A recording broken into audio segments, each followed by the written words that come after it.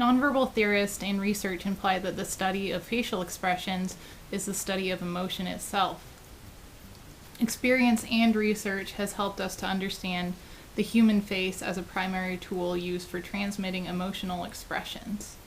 Expressions are very important to humans, and the understanding of it is critical to understanding nonverbal communication. The article that we used for the basis of our research was the matching of facial expressions by deaf and hearing children in their production and comprehension of emotional labels. This study focused on the effects of facial expressions and emotional response and interpretation. This article was extremely helpful and highlighted numerous studies that were mentioned in this research, as well as our experiment, that focused on the effects of hearing and lack of hearing on interpretation of emotions and facial expressions. This applies to the real world because in nonverbal communication we often make interpretations about people and emotions and perceived feelings without any sort of auditory cues. So the purpose of our study was to strip those auditory cues and find what the implications for reading emotion were from our participants. In the initial study used for our research, the study used photographs of individuals with varying expressions. Photos were shown to the children, and they were asked to subsequently label them with what they perceived as suggested emotions. Happiness and sadness were found to be the most accurately labeled emotion through these studies. Emotions that the children in this study had more difficulty time discerning were fear, anger, and disgust. The study found that deaf children were more accurate than the hearing children in labeling the expressions that were more often confused. So again, these emotions were anger, fear, and disgust were more difficult to interpret by the participants in that study. We derived our hypothesis from the study and research article about deaf and hearing children and interpretation of emotions. We utilize concepts illustrated in readings from the coursework as well as lectures and this specific study to accumulate our hypothesis.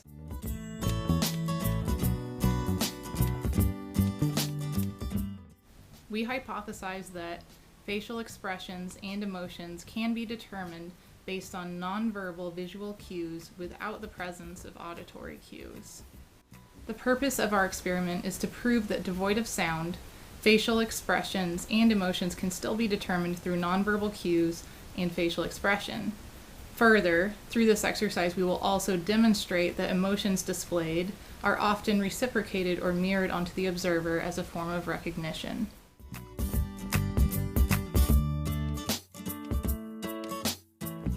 The procedures for our experiment were fairly simple and easy to follow, as well as easy to replicate. For the purpose of our study, we chose 6 respondents, so 3 respondents each, to separately watch the same set of 3 video clips on mute. Each respondent was to be observed and recorded. Video recording devices of varying sorts were used to document the respondents' reactions for each of these 3 clips. We decided to use a comparative results of that of the hearing respondents of the original study by Hosie et al. In 1998 and decided to compare that to our selected respondents.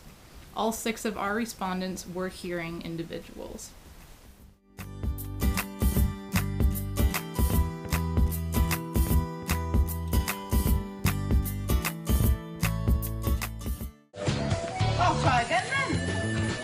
You know, she's not dressed for swimming or basketball.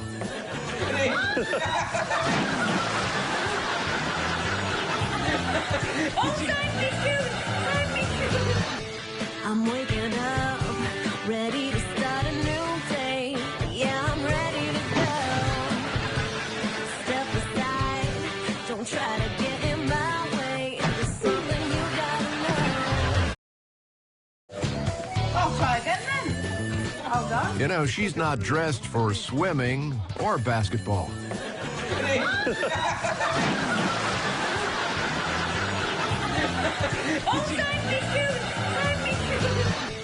I'm waking up, ready to start a new day.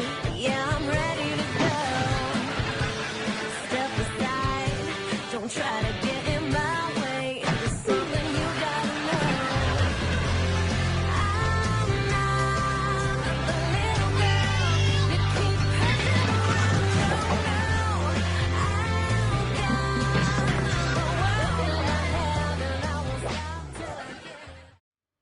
clip that portrayed happiness received much of the same reaction from all of my participants. My first participant laughed and smiled throughout this clip. Afterwards, he told me that what he had just seen was funny. My second participant maintained her animation throughout the viewing of this clip and laughed, smiled, and commented on what she was seeing. Afterwards, she stated that what she had just viewed was entertaining. My third participant reacted with smiles and laughter throughout this clip. Afterwards, he stated what he had just viewed was comical.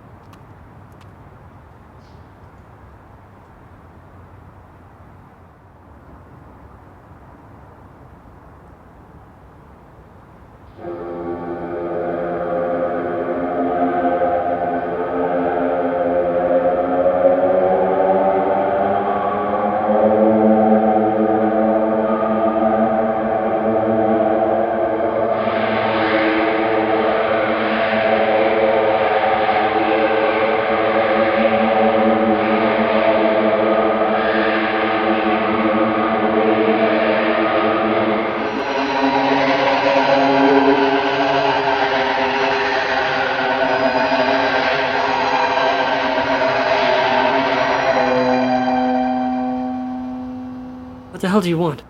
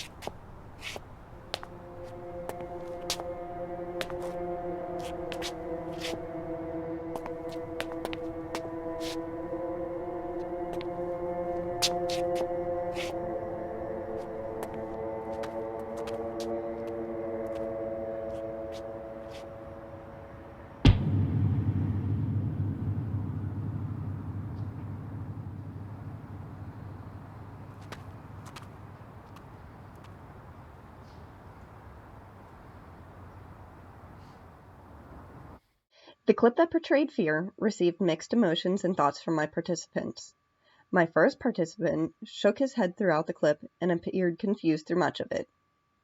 He stated afterwards that he was unsure of what was happening throughout this clip. My second participant, also my most animated participant, shook her head, appeared confused, laughed, and vocally expressed that the clip was creepy. Afterwards, she stated she laughed because she was unsure of what to think and that background music would have significantly enhanced her perception of this clip. My third participant, also my least animated participant, only gave a small grin towards the end of the viewing.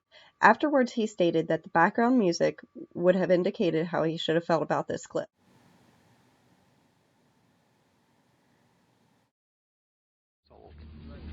Look at the size. Look at my camera. 7 years old.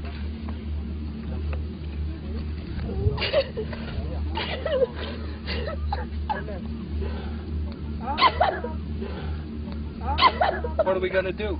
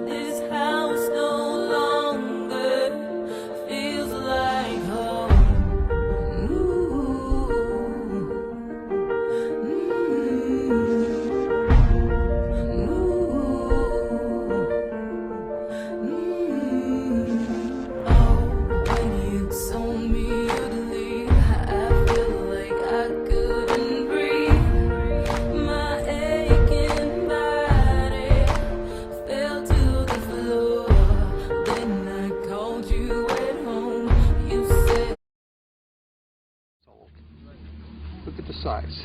Look at my camera. 7 years old.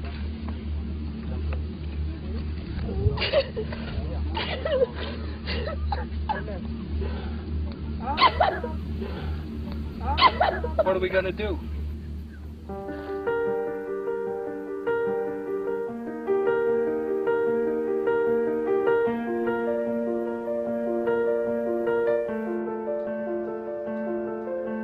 Oh, you can hear me cry, see my dreams all die from where you're standing on your own. It's so quiet here, and I feel so cold. This house no longer feels like home.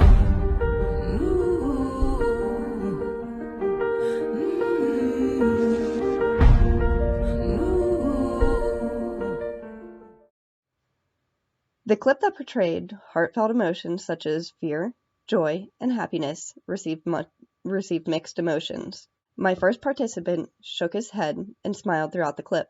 Afterwards, he told me that he smiled when he saw two people embrace and shook his head when he did not understand what was happening. My second participant remained animated throughout this clip. She moved closer to the computer, verbally expressed what, and scratched her head.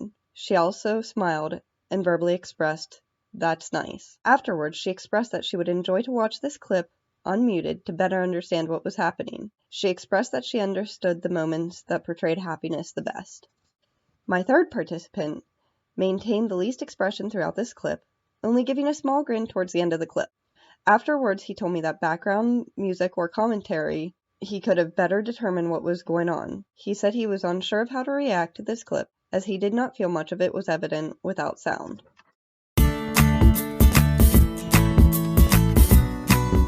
Observations of our participants, we witnessed several ways that our respondents practiced facial management and expression of emotion. We have learned that facial management techniques are often so well learned that they become automatic responses to the interpretation of the type and intensity of emotion a person is experiencing or interpreting. Respondents watching the first clip exhibited no obvious signs of facial management. This is most likely attributed to the American cultural norm of acceptable expressions of happiness and laughter when appropriate. We learned in great detail about cultural norms relating to expression of emotion in our text and in lectures. So the application of these lessons into this experiment was not brought into great depth, but also deserves recognition of its importance in the real world. Going on to the second clip, 2 a.m. The Smiling Man. This clip exhibited both intensification and neutralization of what was being perceived by our respondents. We hypothesized that due to the potential for confusion of the emotional theme for this clip, participants were likely to exaggerate their responses to reflect this confusion, and in some cases to neutralize facial expressions to also exhibit their confusion. Respondents to the third clip, the Heart-Touching Moments compilation. Respondents exhibited both intensification and de-intensification. While observing the respondents, we noted that some of them attempted to mask their emotional response to the sad moments, while others exaggerated their responses to exhibit what emotion was being perceived. Exaggerations included hand movements, eye closing, eye widening. There was a wide range of ways that we felt the emotional perception was exaggerated. It should also be noted for the purpose of this study that the reaction to clips in this particular study will vary based on the respondent's personal style of facial expression. This component was not specifically considered or addressed for the limited scope, short time frame, and specific purpose of our research, but is worthy of notation. Overall, we found that our observations supported the findings of the initial research paper in experiments for the hearing individuals in that study. We also found that in general, our hypothesis was supported in our observations and that facial expressions and emotions can be determined based on nonverbal visual cues without the presence of auditory cues. Our research also supported the hypothesis of the initial study in that our observations inferred happiness and sadness as the most accurately labeled emotions in our clips by our respondents, and the emotions that our respondents had the most difficulty in discerning were fear and anger.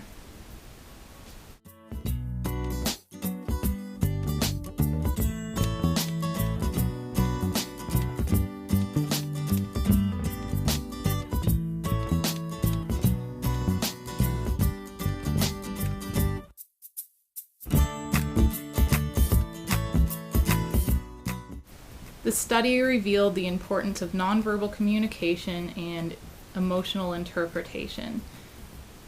Relaying this into real-world application, we can utilize it to better understand conversation and interpersonal interaction with individuals.